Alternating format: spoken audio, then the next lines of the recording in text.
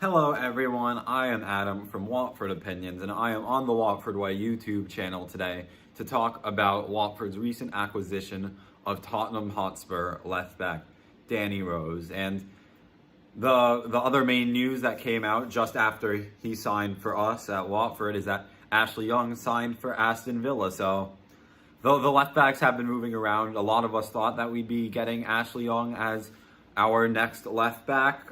I personally thought that was 99%. I was 99% sure that we'd be getting Ashley Young, but the 1% sometimes happens, and Ashley Young did not come back to Watford. Whether that's because we actually never offered him a contract or there were other factors playing into that, we don't really know the whole story yet. But in terms of Ashley Young, I also don't think we should be calling him a snake or anything like that, just because of how he's a professional footballer who's not been with us for 14 years. He also used to play for Aston Villa, so he is still returning to one of his homes. So we shouldn't really be calling him a snake or anything. And opening day, I expect mixed reactions when his name is read as one of the opposition players, but there shouldn't be an overflowing amount of boos. But besides that, back to the Danny Rose signing. Watford have signed 30-year-old Danny Rose. He will be 31 years old when next season starts, so that is still 5 years younger than Ashley Young will be, which is definitely notable. And I think the main thing about the Danny Rose signing that I'm really excited for is how well, if Danny Rose gets up to the levels we know he can get to, is that he will fit perfectly into Xisco Munoz's system. His best successes at Tottenham Hotspur, success that saw him win the 2015, saw him win a place in the 2015-16 PFA Premier League Team of the Year and the 2016-17 PFA Team of the Year. One of his big traits was his attacking intelligence, his intelligent runs forward, allowing for the wide play to flow through the fullbacks and the wingers. Danny Rose, he does offer that wide attacking fullback option, something Adam Messina doesn't offer as much of. As in last season in the Championship, most of Watford's wide success, there was success on the left, but a disproportionate amount was coming down the right. And yes, obviously Ismail Assar is on the right wing, so that's naturally going to happen a bit. But Kiko Femenia, he was making a lot more overlapping runs and getting connected to the attack than Adam Messina was. Whether Adam Messina or Danny Rose will be our starter the first match of next season, who knows? Only time will tell for that. Time will tell whether Danny Rose will be able to get back up to full fitness quickly, considering he hasn't played a senior match since the 2019-20 season.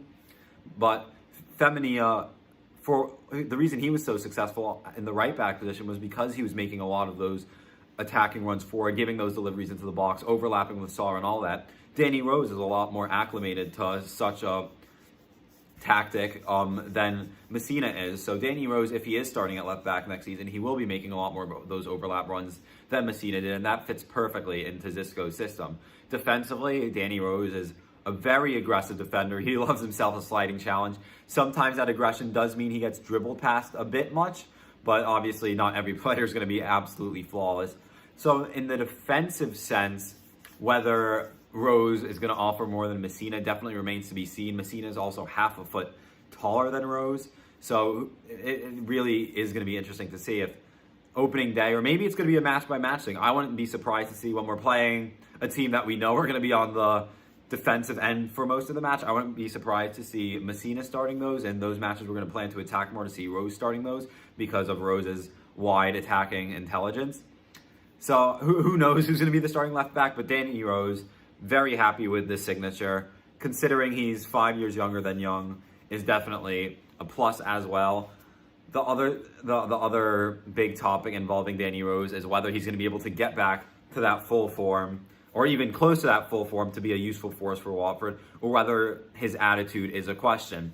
But the study I've talked about before, in terms of comparing Rose's attitude under Jose Mourinho to success after, is Luke Shaw with Manchester United. When Jose Mourinho was Man U's manager, a lot of people thought Luke Shaw had a really bad attitude. As soon as Mourinho left for a more man management type Ole Gunnar Solskjaer manager, Luke Shaw has thrived. And Danny Rose going from Mourinho to Xisco, that's a completely different switch, and that could be perfect for Danny Rose's mentality. And not to say there's anything wrong with his mentality in the first place. Maybe he was just unfairly portrayed to have a bad mentality because of the Amazon documentary, but Danny, from a psychological standpoint, going from Jose Mourinho to Xisco Munoz could be exactly what Danny Rose needs to get that push to return to his best. And we've seen Danny Rose overcome adversity before and get back to his best in his career. Because in the second half of the 2016-17 season, he suffered a bad injury that kept him out for a while and even kept him out for most of the 2017-18 season. But back for the 2018-19 season, he was really close to his best, or if not at his best, in the Spurs Champions League Finals campaign. So Danny Rose, he definitely knows how to bounce back after being out of football for a decent amount of time. And it's just going to be very interesting to see. But I'm happy about the signing of Danny Rose. I do think Watford did their research. He's coming in on a free transfer. That's a huge plus as well. Low risk, high reward. But Watford definitely did their research. It is definitely a big shout of confidence for Xisco Munoz, considering Rose is definitely a player bought in to fit that system. And whether it's going to be Rose or Messina starting against Aston Villa next season remains to be seen. But both are definitely good options to have. And whichever one isn't starting is going to be a very, very, very good backup option, if they're even going to be considered backups, if not just co-starters constantly rotating.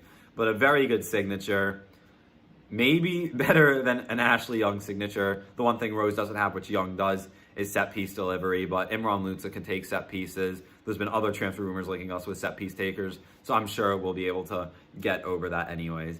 But Danny Rose has signed for Watford. It's low risk, high reward, and when I mean high reward, I mean very high potential rewards. And I've also done a podcast about this on the Watford Opinions podcast, available on Google Podcasts and Spotify, where I go even more in depth into this and talk even further about Danny Rose's career path to this point, further about how he's going to help Xisco's system. But that's longer than this 7 or so minute video. That's 30 minutes, so we really get deep in depth with that. So make sure to give that a listen as well. Thank you for listening, and I hope you have a great rest of the offseason, because August 14th is going to be here before we all know it. Come on, you Horns.